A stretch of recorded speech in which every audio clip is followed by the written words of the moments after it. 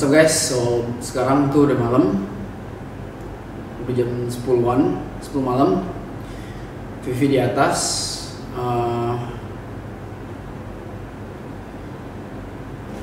Intinya gue bikin video ini karena gue bener-bener merasa gue pengen ngobrol aja gitu. Gue pengen ngucapin sesuatu yang belum pernah gue ucapin sebelumnya di sosial media. Gue lagi pengen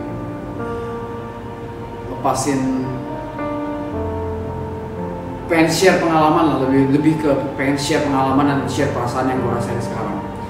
Jujur gue sekarang lagi bener-bener ngerasa down banget. Gue gak buat ini, gue kemarin belakangan ini sampai hari ini gue bener-bener merasa lagi down banget.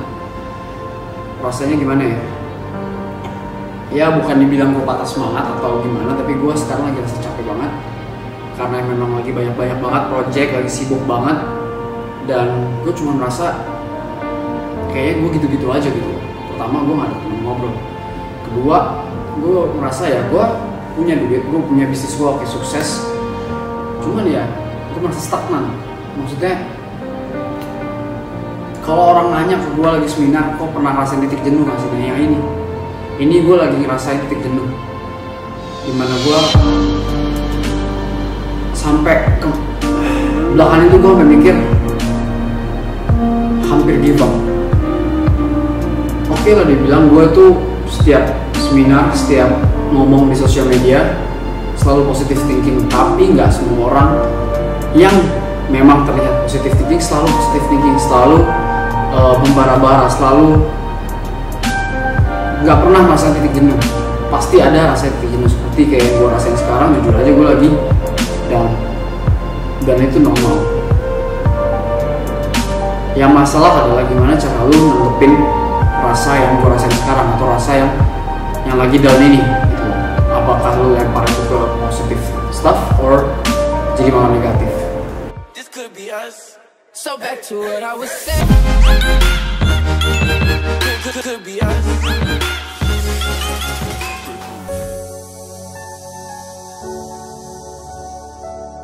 Gue setiap hari bangun pagi, setiap malam gue pikirin dulu besok gue ngapain. Gue susun semua jadwal gue sampai minggu ke depan nih. Kadang gue bisa plan besok doang, kadang gue bisa plan sampai 2 hari ke depan, 3 hari ke depan, sampai seminggu dan sebulan ke depan.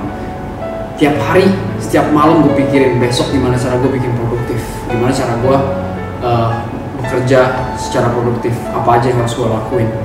Setiap hari gue bangun pagi, gue menjalankan bisnis. Terkadang memang itu hobi, tapi terkadang bukan karena hobi doang, tapi karena beban atau lebih ke tekanan. Dimana rasanya sekarang itu gue jujur aja, gue punya ratusan karyawan, termasuk ada saudara-saudara gue yang masukin ke tim, dan semua mereka itu dari yang contohnya ya paling simple Korean Hardy Kitchen itu dari nol sampai dia sekarang bisa nyicil rumah, sekolahin anaknya. Ya, saya bilang kita orang pertama yang bergabung di Hardy Kitchen. Saya sangat terima kasih pengalaman dari beberapa bekerja di berbagai macam bidang. Ya disinilah di Hardy Kitchen ini luar biasa. Perjuangan kita juga dari awal, dari cuma bertiga, dari cuma 60 box, akhirnya sekarang bisa lebih dari 1.500 box per hari.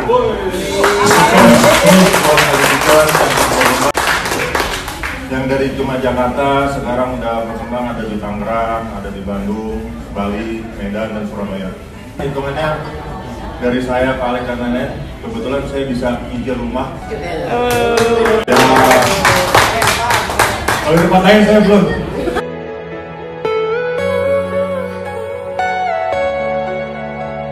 Itu baru satu. Gue punya ratusan karyawan. Saudara gue yang tadinya aja dia udah mau jual rumah, sekarang dia bisa menafkahi keluarganya, sama bisa sekolahin anak-anaknya internasional. Dan itu baru contoh yang sangat-sangat sedikit. Dan semua itu bisa dibilang tergantung sama bisnis gue, which is basically depending on me, karena gue punya bisnisnya. lu kerja, lu ngelakuin bisnis bukan karena emang lu, oh I'm so addicted to this, oh gue suka banget kerja keras, gue mau ngalahin semua komputer. Bukan karena itu, memang itu ada. Tapi terkadang ada feeling, ada pikiran di mana lu tuh merasa terbebani atau merasa tanggung jawab itu begitu besar, di mana lu hanya memikirkan orang lain dibanding satu yang langsung nyangkut di otak gue. Gue lagi di Jepang, gue lagi di luar negeri, gue lagi honeymoon, satu yang ada di otak gue, shit, gimana nih karyawan gue? Gimana cara gue bisa bikin mereka lanjutin KPR-nya atau cicilan rumahnya atau cicilan mereka lainnya untuk menyekolahin anaknya. Itu yang gue pikirin sekarang. Jadi itu merasa tuh satu mungkin 24 hours in my time itu take 12 hours. Jadi maksudnya dia ambil setengah dari pikiran gue. Itu yang terkadang bikin gue stres, kadang bikin gue down. Jangan pernah bilang, gue gak akan pernah bilang kalau gue gak pernah down, gue gak pernah stres, gue gak pernah capek. Gue bukan manusia kok kayak gitu.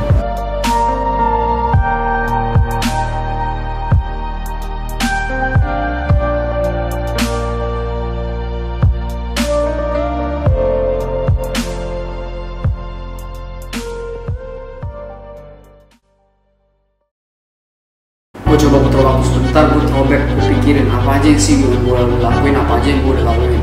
Gue bener-bener bukan siapa-siapa, gue bukan orang yang bener-bener spektakuler atau orang yang eksis banget ya. Bahkan dulu pas lagi SMP gue sempet dipukulin, gue nangis, mereka tertawa, itu gue. Di kuliah, gue ngucapin ide pasti itu disepelekan. Tidak ada satupun minta foto sama gue, tidak ada satupun orang yang kenal sama gue. Stranger ya, kalau temen ya kenal, seperti menertawakan dalam hati. Makanya gue kurang di respect, kurang punya banyak teman. Pelan-pelan gue buat itu, satu-satu gue ada yang datang minta foto. Wah mah, hari ini ada yang ngajak aku foto, ada yang tahu aku di gym. Ini gue nonton YouTube tuh, foto tuh. Gue diundang ke banyak seminar, bisa kalau datang mana-mana bisa diajak foto orang. Bahkan pas itu gue pernah dipanggil DPR, anggota DPR 200 orang DPR, dimana gue disitu sendiri bocah. Gue umur 23 tahun, cowok, bocah.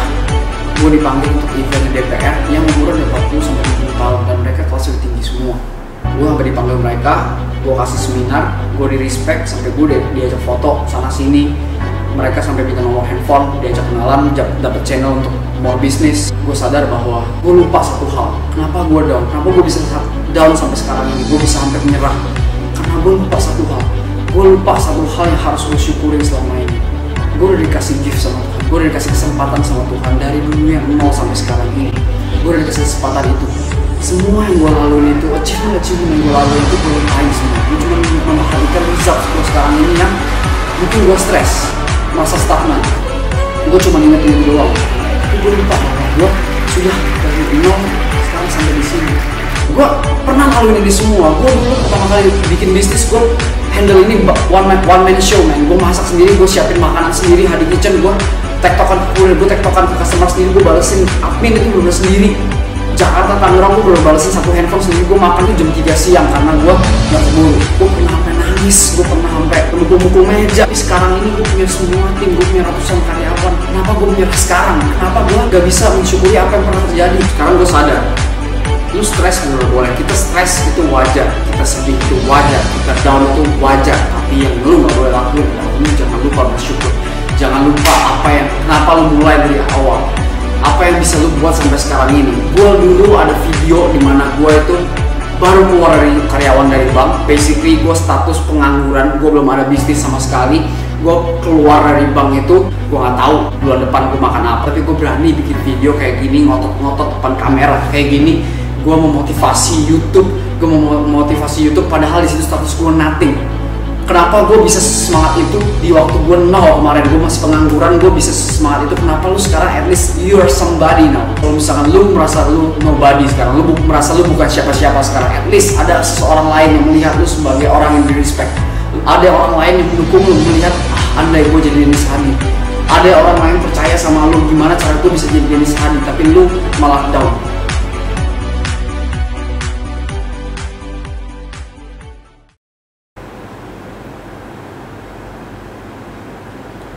Satu pesan gue di video ini, stres boleh, tapi stres itu hanya akan mengganggu your next project.